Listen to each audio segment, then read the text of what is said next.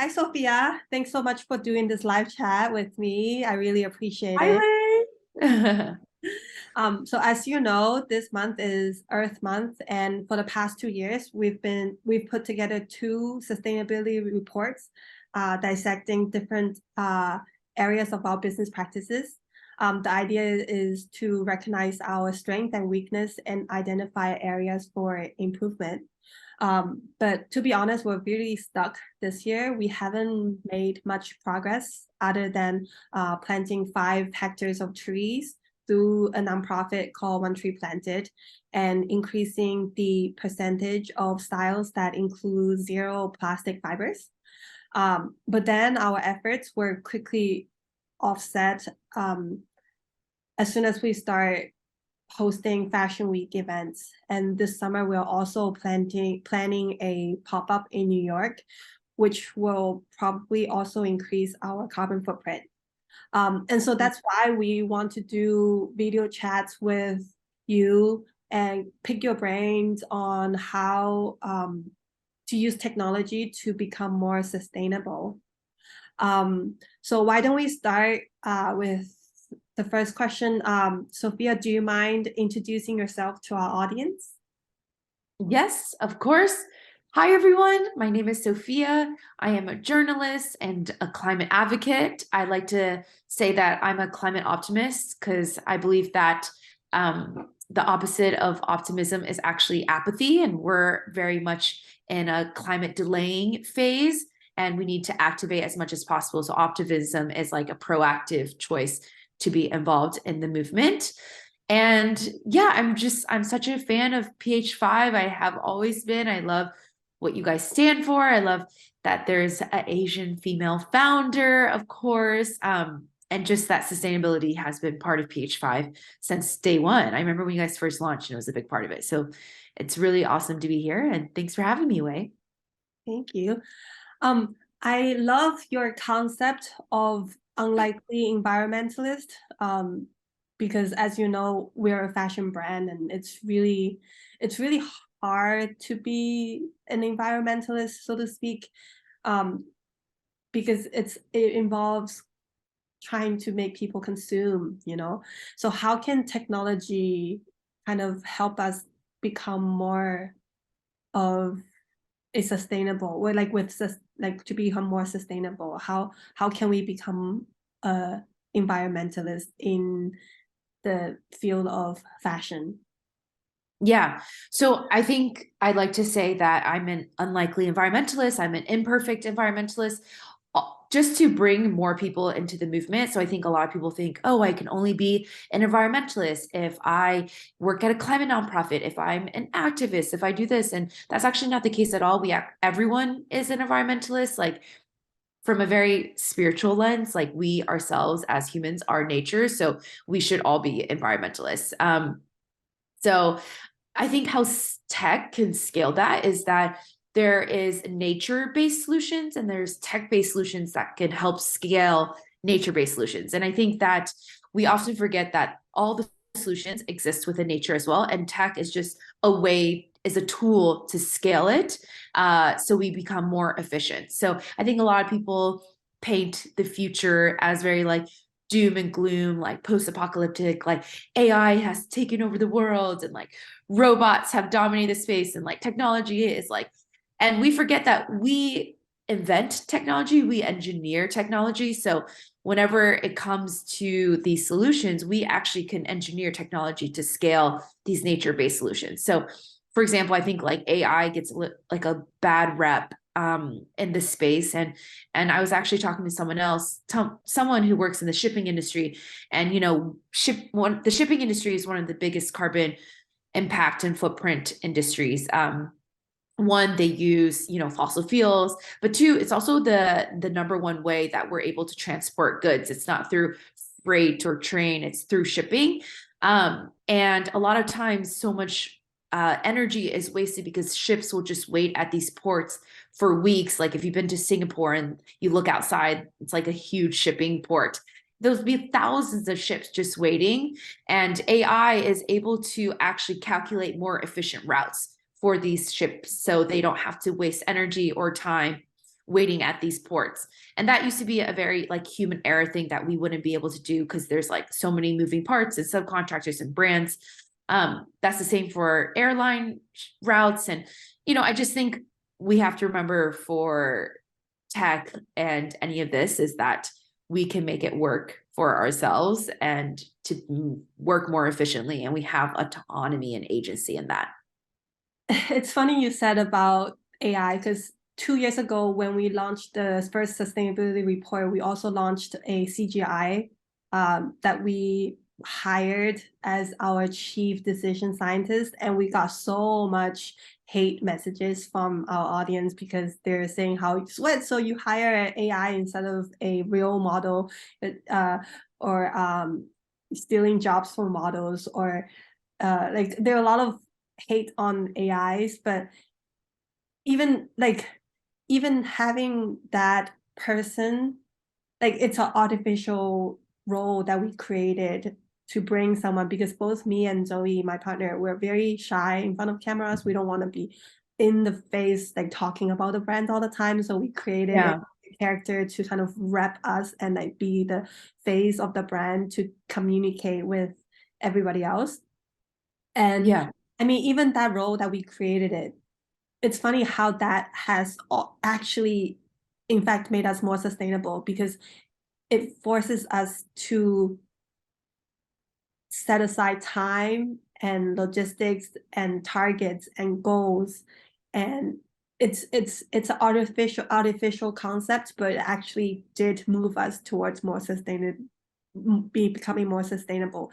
But when you talk about the like the shipping companies, I mean, I get it, but I want to pick your brains on like how a brand like us, what kind of technologies are out there to help us, like what, I don't know if, because like I was saying, we're really stuck this year. We are really looking for ways to become more sustainable.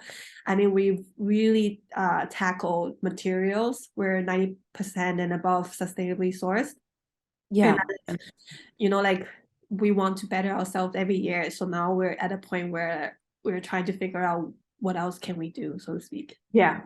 So I think this is interesting because PH5 is a small brand and you guys, because sustainability was at its core when you guys first launched at inception, a lot of the things that you tackled at the very beginning, brands are tackling, 20 years now they're tackling. Like they're backwards tracking when you guys made sure to launch with a very cohesive and sustainably minded brand.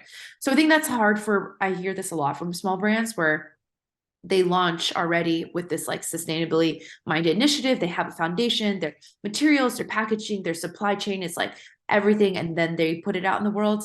And then they like, because every year it's like, oh, we need to be doing more. We need to be doing more sustainable. They kind of like slow down because they're like, wait, what else can we do? Because we launched this way when like all the other brands actually, the bigger brands, like consumers are like, well, look, these brands are doing all these things every year, but it's like you have to remember like they started at such a different point, Yeah. such a different supply chain, and such a different models and scalability than smaller brands like PH5. So I think that's interesting just to note that it's a different start line Yeah. comparatively. And then I'm curious to understand, why do you think that it's been harder this year? Is it because of the economy? Is it because of producing collections? Is it like what has made it harder to obtain? Whatever we are capable of doing, we've done. Whatever we haven't done, we need outside helps. Like talking about fashion circularities, we cannot circulate without partnering with other brands and other companies. Yeah. And talking about further in materials, in supply chain, in like sourcing, a lot of the tech crazy mushroom algae Biomaterials. they are not open to us. So like Yeah. they don't they shut our door, they shut their door, not shut their doors, but we haven't found a way to communicate with them, Yep. to connect with them, to lure them into letting us use their yarn first. And for example, like secondhand platform, or like from end consumer back to us. That's, circularity, that final loop from consumer back to the brand or back to production. That's something that's beyond us. And microplastic, a problem when you wash a lot of polyesters in washing machines, a lot of microplastics. That's something that happens to our products when we use synthetics, but it's also something that it's beyond us, so to speak. It's problems that within our control, we're controlling, but problems that are not within our control, it's almost too big for us to tackle. And so now at this point where we're like, for example, we had a video that you explained the SAP store of tomorrow in Hudson Yards. Yep. I mean, I was going through, I was like, great, using a virtual dressing room, it will reduce return rate. How does it return? How does it reduce? Like, how does it actually work? Instead of just, a line, like logistically, how does it actually reduce the return rate? And are there any case studies for brands like our size and our products? And then like, what's the budget that we need to set aside to build a SAP system? Yeah. Or millions of dollars, Yeah. No, I think it's important for consumers to understand that as a small brand, we're talking about PH5 here. Like it would be different if I was talking to someone who operated. Yeah. Yes. I'm like not trying to name names, but I'm like, there's one on every corner. They're global. They're very national.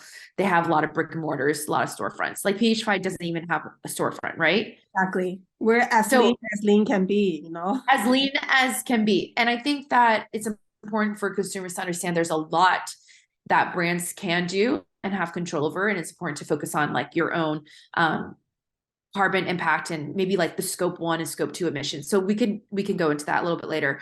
But there's a lot of things that are just, we're part of these systems, and we keep saying like, we need systems change. It's not climate change, it's systems change. And I think maybe for the average consumer, it's like, well, what does that even mean? What are these systems that like are putting these roadblocks up that's so hard to tackle? And I think a lot of what you're saying is that like, if we're talking about recycling or end of life consumer, like the recycling industry is so fucked. Sorry for my language. We're like not even talking about clothing itself, but like less than 10% of all plastics has actually been recycled. So the materials, like all of that, like recycling itself, then if we want to go into circularity with clothing itself, there's downcycling, which is when you turn fibers into like insulation. So you could very easily turn like this into insulation, but that's downcycling. We're not really like recycling into another garment, which is like the most important. And I think a lot of consumers are like, yeah, but recycle, donate, like that's so easy. We should do that all the time. But right now at this point for small brands, like that's not accessible. Like H&M, sorry, I wasn't trying to name any names, but a fast fashion brand. Yeah.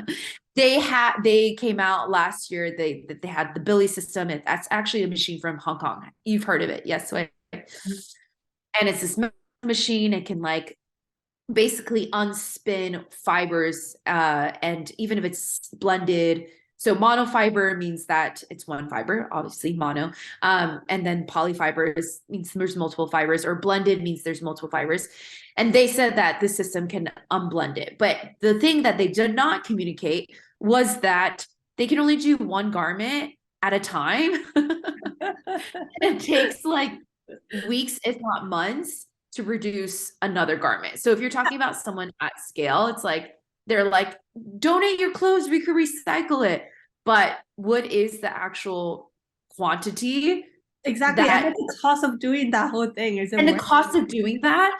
So it's like these solutions, yes, they exist. Even biomaterials. Everyone's like, well, then why shouldn't everyone should be making it from mushroom leather or mycelium or pineapple leather? And I mean, there's just so much nuance, and it's hard. There's like a lot of education gap for the average consumer. It's like a lot for an average consumer to keep track of.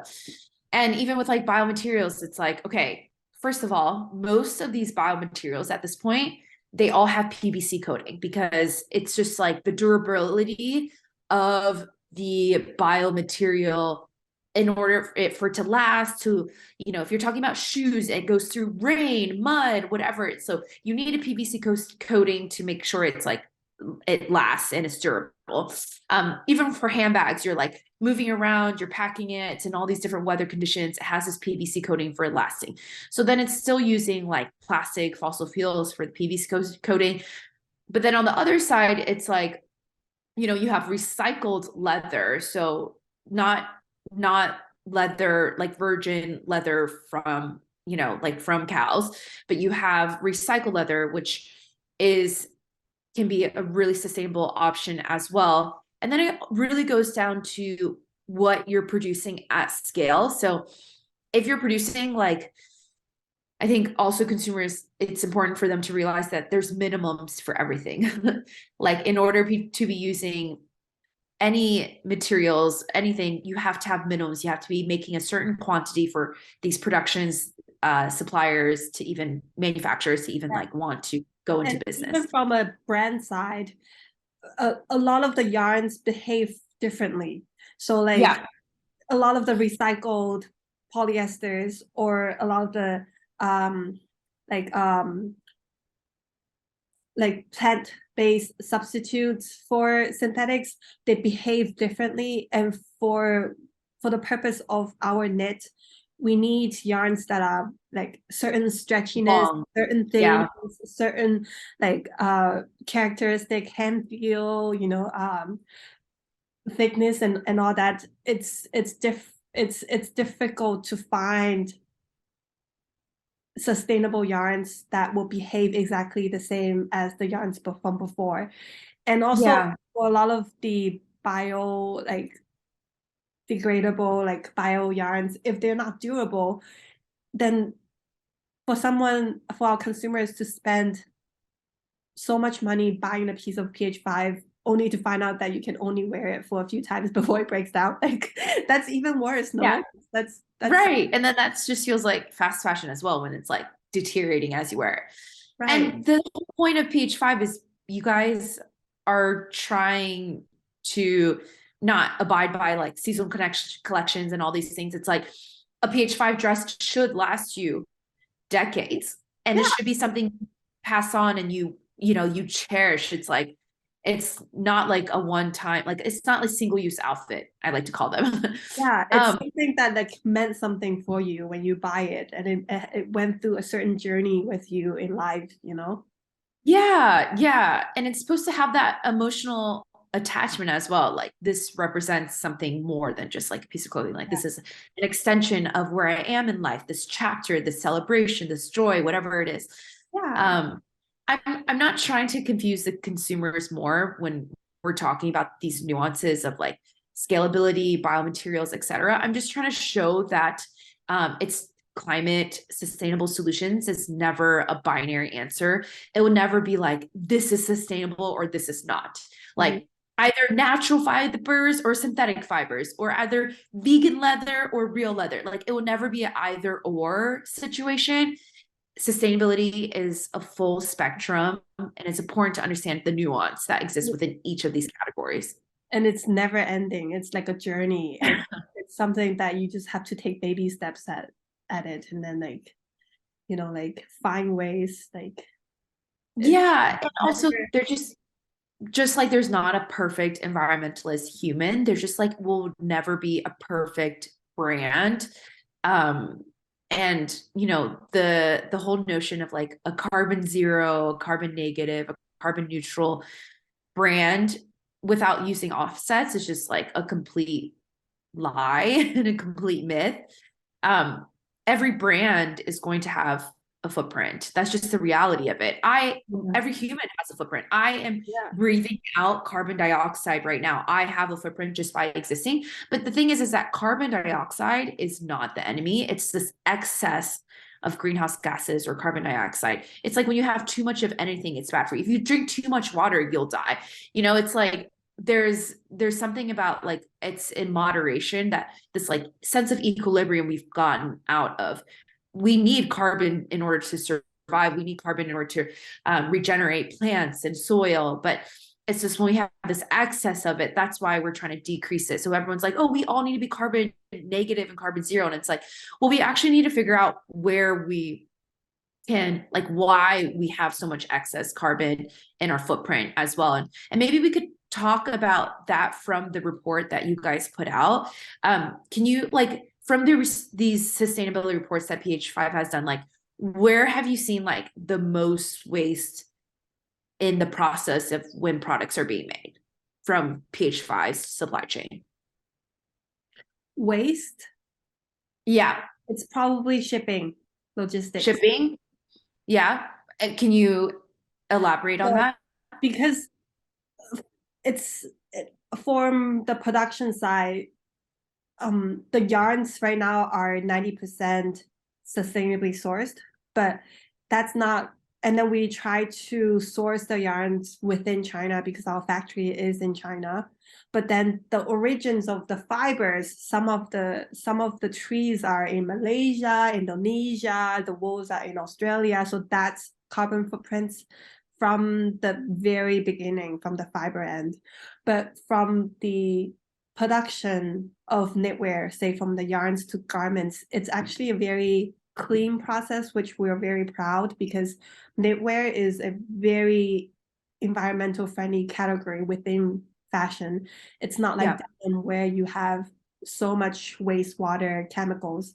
Knit is something that you knit from yarn to the finished garment without having to cut a lot of excess fabrics because you don't buy rolls of fabrics. You knit, you computer code it, and then you knit the neckline, the sleeves, everything Yeah. with This the is knit, right? That you're wearing? yeah. So it's You all share, you show the, yeah, because I think it's it's important it's for it's all understand. curved up. Yeah. It's not cut and sewn. So Yeah. it's already a lot of like there's not a lot of waste fabric from knits You because show that there's like not a seam there. I think people don't realize that, like, see, it's like how there's no seam where yeah, like this, I'm just trying to see if like this is but I think it's important for people to understand it's like not from these rolls of materials that you buy and then you you cut cut it and then we pattern make. knit Yeah. with the curves. We knit with the neck, the arms, everything. And then Yeah. when things go wrong in production, you know how grandmas when they knit sweaters, like Yeah. when they go wrong, you tear it and then you reknit, like you Yes. watch those videos, like so like that's what happened in production. Like we also show videos on our Instagram where if if say this panel is wrong, we like tear it apart and then convert it back to yarn. Like I call it reverse engineer, and then we knit it again. So and then washing knitwear is like you don't need special treatments. I don't need special whatever. It's just like so it's a very environmental friendly process with knitwear as long as we don't say do tie dye or like digital print on it. Like if we just knit with the patterns, it's a pretty environmental friendly thing. And the biggest carbon footprint comes in shipping because we factories in China, and then our stores are all over the world, and Yeah. a lot of our e-com ship from China. Although we do have a warehouse in Brooklyn, but we don't, because we're so thin, we don't stock everything gazillion. So there's Yeah. not enough stock to be split evenly with between the two warehouses. So we pick and choose, which means basically a lot of the carbon footprint comes from wholesale and e-com shipping. Yeah. And That's all. then once it leaves the factory, and then where do you think the most waste happens there? To be honest, probably like at Fashion Week events, a lot of Fashion Week is very wasteful. Like Yeah, you, let's talk about that. and we're doing a pop-up, which for me is something that I also am very nervous. And eventually when we open our own store, that's also a lot of things that we're building and throwing away and building and throwing away. Yeah, but I went to your last New York Fashion Week collection presentation, and you were saying you were going to repurpose all the materials that was in that. What did you guys use it for? So it's actually currently sitting in Zoe's apartment in Brooklyn. All the So we're gonna turn it into crochet bags that Yeah, we're gonna do something, auction it off or gift it away in the summer during our pop-up. So it's amazing. turned into bags, little bags, crochet bags. Yeah. The ones that you saw the models including. Yeah, they're cute. They're so cute. And then to go back into like how tech and sustainability can be compatible and really just work together for a more sustainable future. I thought it was interesting when you said like when you and Zoe use kind of like a avatar to help because you guys aren't as comfortable being front facing. And I think Yeah. it's a lot to demand of founders. It's like you guys are the creatives, the visionaries, and it's like, do you guys also need to be like the spokespeople as well? It's a lot, you know. It's not like you guys wanted to be like the CEOs of these brands and be these like spokespeople. It's just you guys had a creative vision and wanted to make better products in the world. And then you said your energy could then be used. You had more time and resources to actually think about like the strategy, the long term, like the more in-depth pieces because you were allowed more time from this, right? Yeah. And how do you think like I think there's a lot of villainification that comes with new tech. Like we just vilify it because it's new, it's scary, it's uncomfortable. Like everything with Web3 and blockchain, everyone's like, oh, so much energy usage and all of that. And it's like, well, Web2, like right now, we actually use a lot of energy on the internet right now, but we're just used to it. And where do you think if like it could be a more of an ideal setup for you as like a designer and founder of a fashion brand? The project failed. So we stopped, we discontinued that project Okay, got it. because it took so much of our time trying to create a lifestyle and manage an Instagram account of that person and we're not a tech person, so we were working with a CGI artist all the way in Israel. So we were doing monthly, weekly calls with her, trying to create like her outfit, her looks in PH5, and then also think of stories and reasons to use her. And we were not getting as much interest from the outside world in terms of companies discovering her and then reaching out to us for collaborations. Instead it was, the Ama, which was our CGI artist, like the post with her didn't get as much likes and following as we Traction, had yeah. liked. And we instead getting a lot of hate messages. And then it was a lot of work maintaining a weekly posting of her lifestyle in addition to our daily jobs. It was just too much. And then so we Yeah, discontinued. that's a lot. It was so much. We're also not professional at CGI. So it was a good attempt. And then having that was a great first step because it set us in the direction of like we want to be more sustainable. Like it gave us that direction and then we just ran with it without her, so to speak. Yeah. You're like, we don't need the CGI anymore. Yeah. But for me, it's like because I was talking to a friend who also has a friend in Boston that, like AI and chat GPT is so big right now. And Yeah.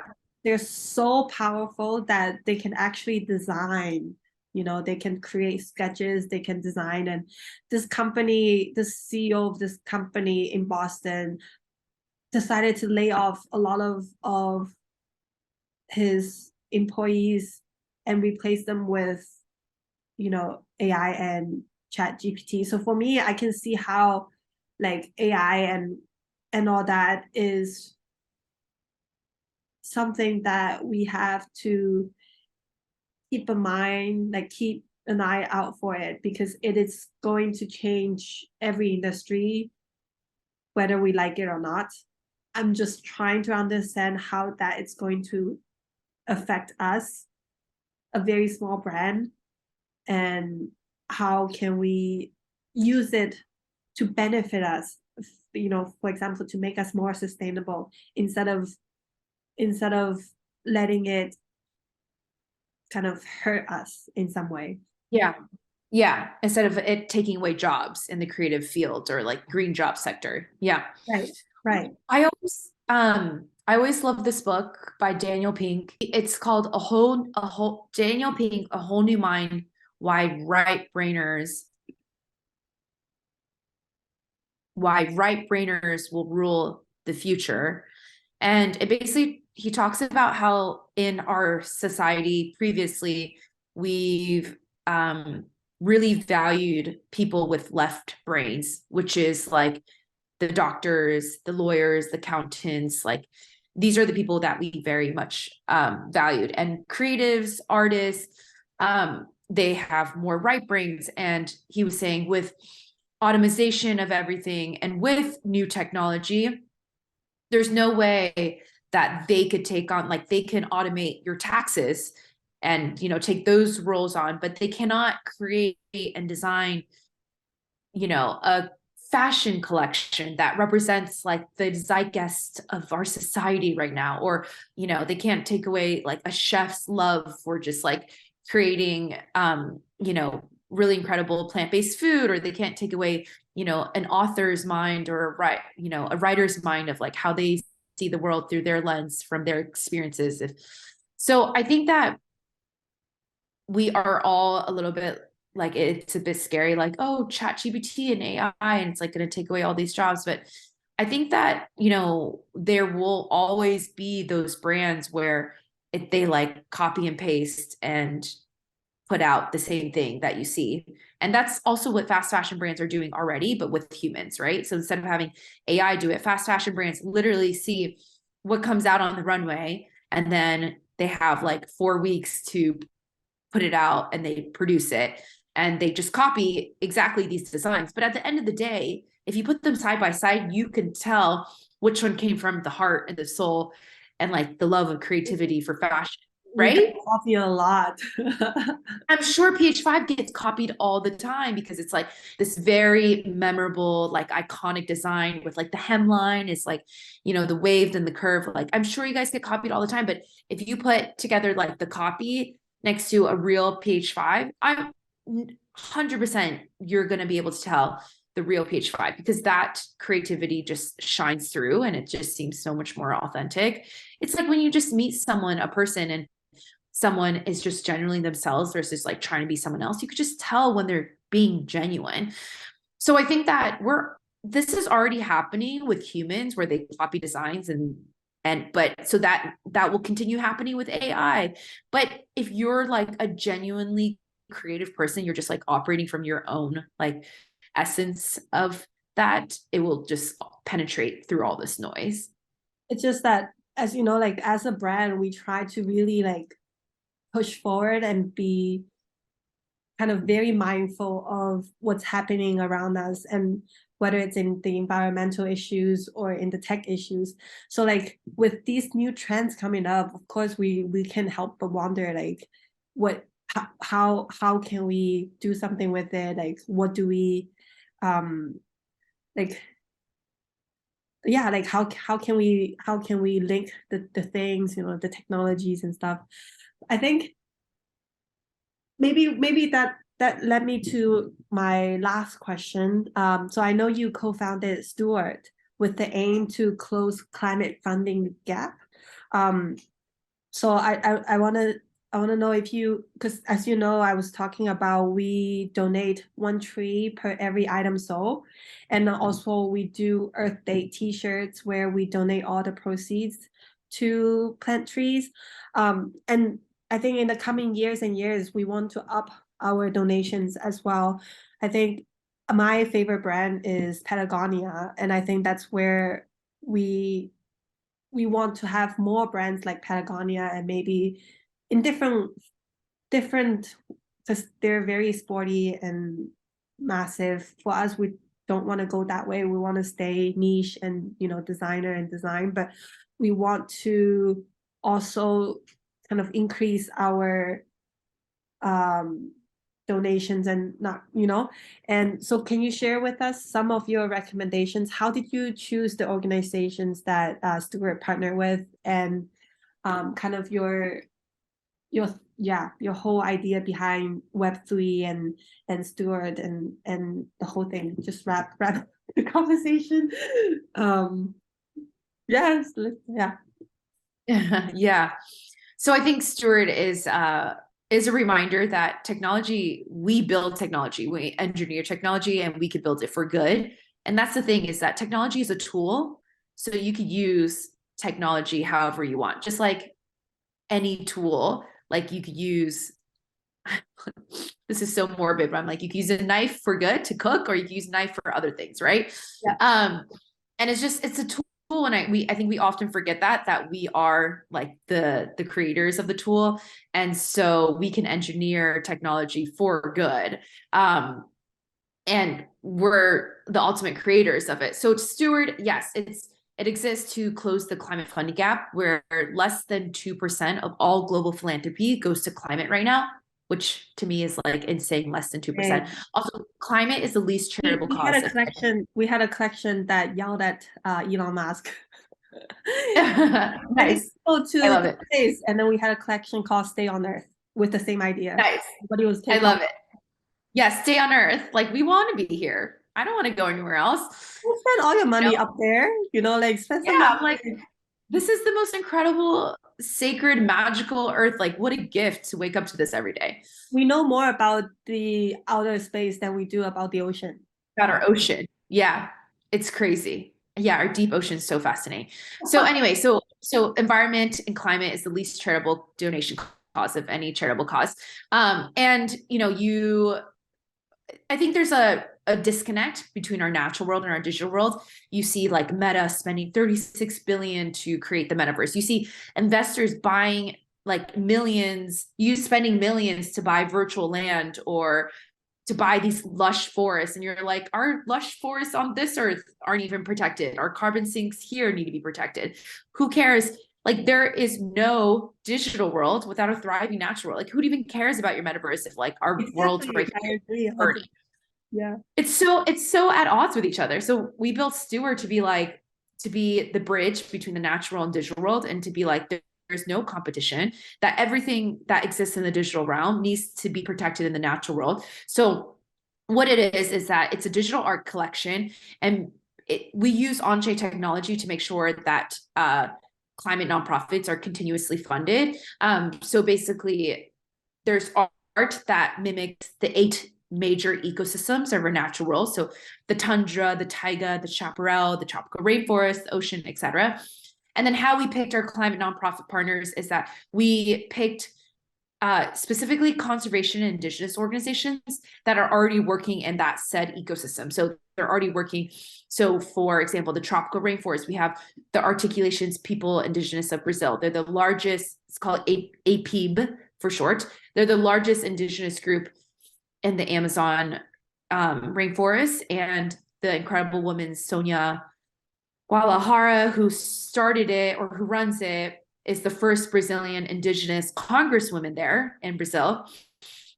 For the tundra, which is like a very cold biome, it's like Alaska, we have the Native Conservancy, their indigenous group that works on habitat restoration and conservation, and indigenous groups in Alaska. A majority of Alaska habitats and residents are all from the indigenous communities. So that's kind of, and we have Oceanic Global for ocean. They work with like hundreds of other local ocean organizations. And we did that because there's a lot of like carbon credits that's being used on Web3 and all these different new technology that's happening, and carbon offsets and all of that. And according to the last few IPCC reports, all the climate solutions already exist. They just need 10 times more funding. And that means like protecting our carbon sinks. That means working with climate nonprofits that have been able to prove of conservation. That means working with indigenous groups, because there's this incredible statistic that indigenous communities make up less than 5% of our world's population, yet protect over 80% of our land biodiversity. Oh, So we need to be funding indigenous communities because they've been living in equilibrium with nature for thousands of years. Like during the pandemic, when everyone's like, humans are the virus, look at nature healing, like humans are the virus, we are the viruses. And it's like, no, we are not the viruses. These systems that we have operate in are the viruses. Systems of capitalism, consumerism, hyperconsumerism, colonialism, imperialism, these are the viruses. Humans are not the viruses because indigenous communities have lived in harmony with nature for hundreds of thousands of years, even before the Industrial Revolution and before the climate crisis. So that's what Steward is. And that's the reminder that technology can be used for good. And what we're saying at the beginning is like technology can scale nature-based solutions. And that's what Steward's trying to do. It's using a tech on-chain technology solution to scale the natural solutions that already exist. So I think that's like the beautiful marriage is like when you bring tech to scale what already exists in nature. Nature is like the most incredible, self-sustaining, regenerative system. The most decentralized system is actually nature. It's not Web3. If you look at like the mycelium network, our bacteria system in our bodies. So yeah, that's when I think what we need to consider is like we need tech to scale solutions that already exist within nature, not like to come up with solutions that operate in a silo. yeah. I think maybe off the table, we can talk about how we can collaborate with you guys and like channel more of our fundings through Stuarts, because that sounds fascinating. Yeah, I would love that. I would love that. And I think we forget that, you know, technology again is a tool. So are you going to use it for collective good, or are you going to use it for like the same systems to make profit or capitalism? So Yeah, and instead of like being so afraid of it, why don't we try to like learn more about it and and yeah, and then yeah, like you said, it's a tool. So let's try to yeah. lean in and yeah, look Yeah, forward. instead of being scared of it, let's take ownership of it again. It's like if you have a really addictive relationship with social media, you have to be like, well, I am in control of that. I have ownership over this. So I Yeah, need to like an app, or I need a, you know, and it's like people are like, technology consumes my life. And I'm like, yes, but you have ownership and autonomy over it. Like you get to decide how you use technology. yeah. Another big gap that I'm seeing is that people in the tech world are not talking to people in the fashion world. Like Yeah. such a Yeah. huge gap that like for me, I'm part of the fashion world. So for me, like trying to understand tech is already a lot. And Yeah. No, but I think it's incredible you guys just, you know, having these experiments like let's try the CGI thing. Let's try the avatar thing. Let's just try it. Doesn't mean it needs to be successful. It's just let's just try it because that's what new technology sorts. Like we try it yeah, on, it doesn't fit. Okay, great. We move on. We don't buy into it. It's like, you know, shopping, outfits. And I think the thing is at Steward, we always say like the technology of blockchain and where we're heading is a very decentralized future. Like the technology itself, but right now everything else is still centralized. So the capital, the equity, the people involved, the engineers, that's all very centralized. It's the same demographic, it's white males engineering it. And actually it's better to infiltrate from within. That's what we believe, is bring more engineers that look like us, that are marginalized, that are people of color, that have so much diversity, not just in racial diversity, but in neurodivergence and their background in class and racial experience, every kind of diverse level, truly representation. Those should be the engineers and the creators building the space. And this new technology is so new. It's so new. It's so young. It's like evolving every day. It's changing so fast. Nothing is set in stone. And it's like we need as many people to represent who is actually like the global majority to be building this technology for us, not like the white engineers that have been building like the Web 2 tech spaces. Yep. Not sure how we're gonna edit this out, but no kidding. I'm like, it's all facts. Like, Yeah, no, I agree. I agree with you 100%. Alrighty. Thank you so much, Sophia. It's been lovely chatting with you, and yeah, thank you so much for the time. thank you so much, Wei. It was so incredible chatting and truly such a fan of what PH5 is doing. Don't get discouraged. I'm like, keep going. We need more small brands, like just really kicking it and experimenting and trying to see what could be better and possible. Yeah, no, thank you. It's been so insightful just chatting with you and just yeah, and brainstorming this whole future together. Yeah. Yeah. Yeah. I'm grateful for your time, your energy, your designs for PH5 existing, for, yeah, you guys representing for, Asian female founders in general. It's Uh, like, I'd love to see it in the fashion industry and beyond. thank you, Sophia. Well, have a wonderful day. Thank you, Wei. Good night. I know it's late there, so one end. And have a good day. You too. Bye, Wei.